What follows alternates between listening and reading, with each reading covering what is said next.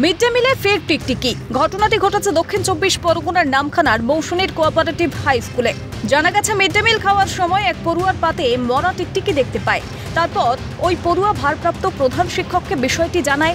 School কর্তৃপক্ষ তৎক্ষণাৎ mid day meal খাওয়া বন্ধ করে দেয়, কিন্তু ততক্ষণে প্রায় ৫০ জন পড়ুয়া মিড ডে মিল খেয়ে নিয়েছিল। জানিয়ে রীতিমতো আতঙ্ক ছড়িয়ে পড়ে এলাকায়। সমস্যা বলতে স্কুলে মিড ডে মিলের খাবারে ওই টিকটিকি পড়ে গেছে। সেই খাবারে এবার সব বাচ্চা কাচ্চা খেয়েছে, তার জন্য অসুস্থ জন্য হাসপাতালে নিয়ে আসা হয়েছে। প্রথমে খাওয়ার পর নাকি বাচ্চার নাকি পেটটা একটু মানে হয়েছিল, মানে ফুলা মতো বলে হয়েছিল। ওই জন্য আপনারা কতটা আতঙ্কিত? আপনারা কতটা আতঙ্কিত? আপনারা আতঙ্কিত তো অবশ্যই হওয়ার কথা না, যে বাচ্চার কিছু হলে তাহলে কীটা অবস্থা হতো। এখন খাবারে কি টিকটিকি পড়েছিল, তা সেই খাবারটা কি একটা মেয়ে মাছটাকে দেখিতে গেল, মাছটা বলে চুপ চুপ চুপ, মেয়েটাকে মুখ বন্ধ করতে যাইছিল।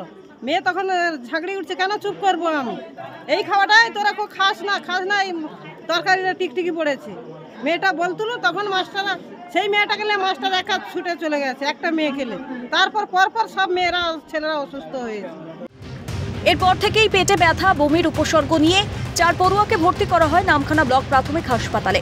বাকি পড়ুয়াদের শারীরিক পরীক্ষার জন্য শুক্রবার রাতেই পাঠানো হয় মেডিকেল টিম। মিড ডে মিলে মরা টিকটিকি পড়ার কথা স্বীকার করে নেন ভারপ্রাপ্ত প্রধান শিক্ষকও। আনার পরে দেখি যে খাবারের মধ্যে সত্যিকারই টিকটিকি রয়েছে, টিকটিকিটা মরা টিকটিকি।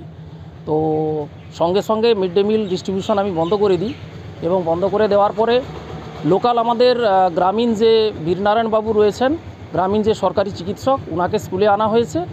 আর 3টি মেয়ে ওরা একটু অসুস্থতা বোধ করছিল, ওকে আপাতত আমরা দারিকনগর যে প্রাথমিক স্বাস্থ্যকেন্দ্র ওখানে ভর্তি করা হয়েছে। খাবারের স্যাম্পল আমরা সঙ্গে নিয়ে এসেছিলাম, খাবারের স্যাম্পল ডাক্তারবাবু দেখেছেন। আতঙ্ক দূর করতে এলাকায় মাইকিং করাও হয়। পড়ুয়াদের কোনো সমস্যা দেখা দিলে স্থানীয় হাসপাতালে নিয়ে আসার পরামর্শ দেওয়া হয়। পাশাপাশি ব্লক প্রশাসন, পুলিশ ও ব্লক মেডিকেল অফিসার পুরো ঘটনার উপর নজর রাখেন।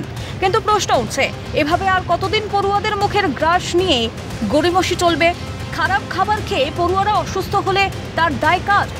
দক্ষিণ ২৪ পরগনা থেকে সৈকত রায়ের রিপোর্ট, ক্যালকাটা নিউজ।